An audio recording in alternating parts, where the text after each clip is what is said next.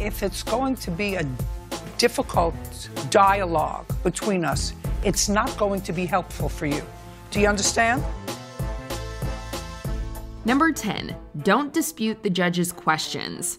Fewer things raise alarm bells faster than a litigant refusing to answer the judge's questions. In this case, the plaintiff, who allegedly stayed with the defendant while completing work on his home, argues that she was wrongly evicted. Don't try to double talk me. Were you ever paid by Mr. Smith for work that you or crews hired by you did on his house? However, she's reluctant to actually state any facts, averts eye contact, and ruffles through documents instead.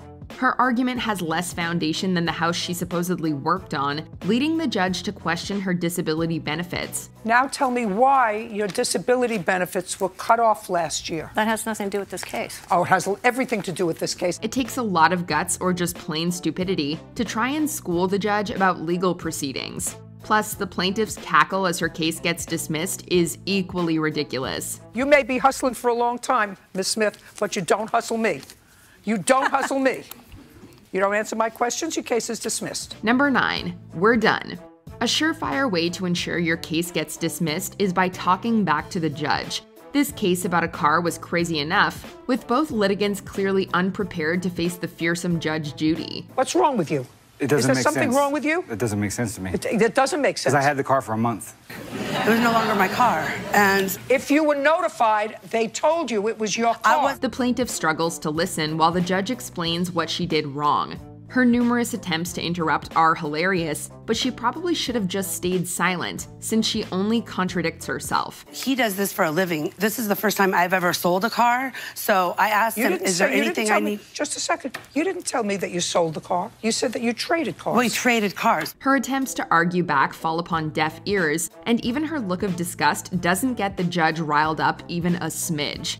We're all for litigants clapping back, but this one just fell flat. Goodbye, we're done. Parties are excused. You may step out. Number 8, silence is golden. Just a piece of advice. Don't take out your frustrations on the person presiding over your case. Mr. Gouchard, you want to get to the facts, and I said it to you before. You go to a therapist. You want to get to the law, you come to court. I'm not talking about my personality. I'm talking You about are talking about your personality, sir. We're not sure what the plaintiff thought would happen when he entered Judge Judy's court, but he's frustrated and wants everyone to know.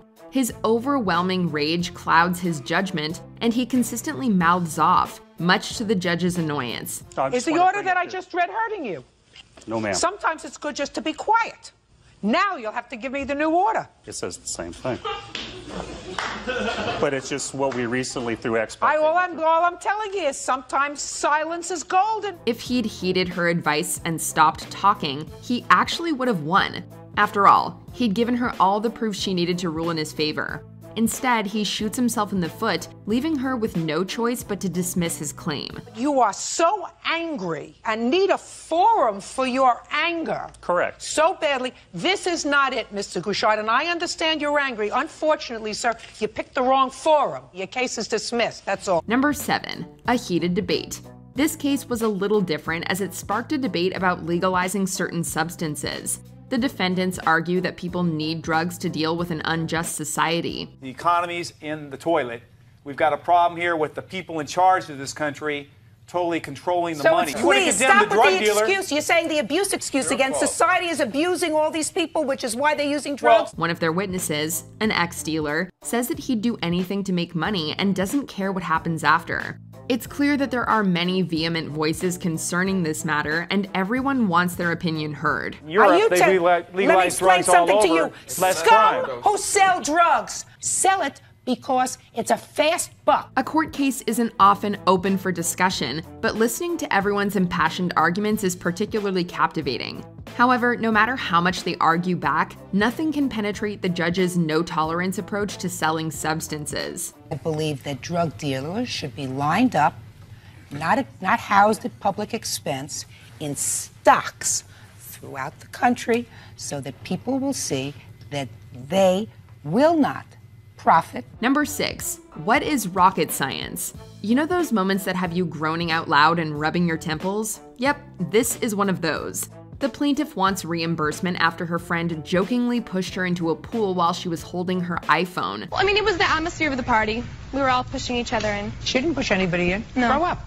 You make a mistake, that's what you have to do. You don't need to be a judge to suss out the most logical solution. Or as Judge Judy says, it's not rocket science. She then asks what rocket science is, to which the defendant responds, "Rocket science is when the scientists find out things about space." When the whole court bursts out laughing, she meekly tries to backtrack. It just goes to show that sometimes it's best to say nothing. Well, he felt awful. That means you pay for it if you feel awful. Number 5. But does he want his TV back?